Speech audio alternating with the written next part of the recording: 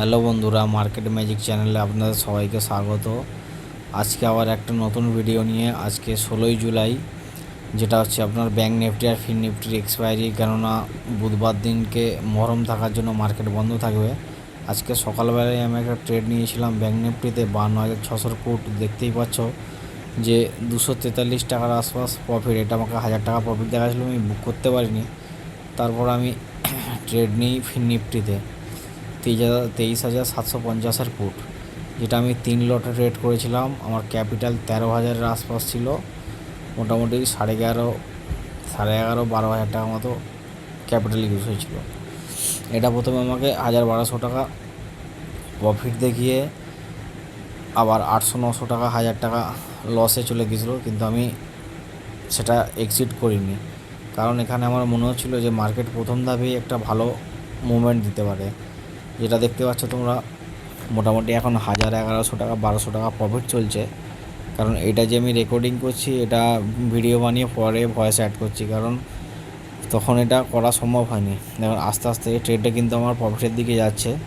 1,100, 1,200, 1,300 টাকা চলছে প্রফিট। ধীরে ধীরে 1,700 টাকার দিকে পৌঁছেছে।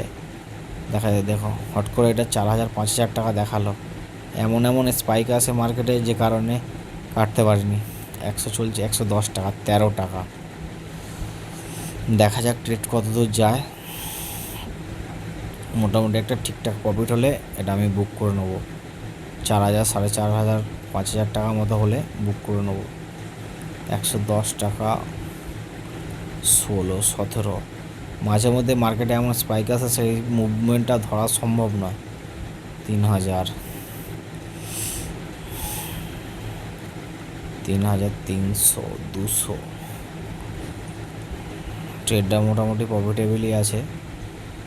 3,114তে অনেকক্ষণ, 14, 15, 13তে অনেকক্ষণ মুভমেন্ট করার পর 17, 21,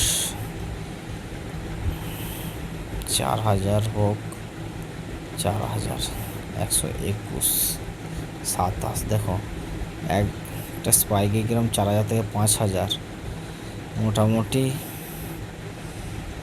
145, 7,000। চলুন ট্রেডটা আমি বুক করে নিলাম। আমার আজকের প্রফিট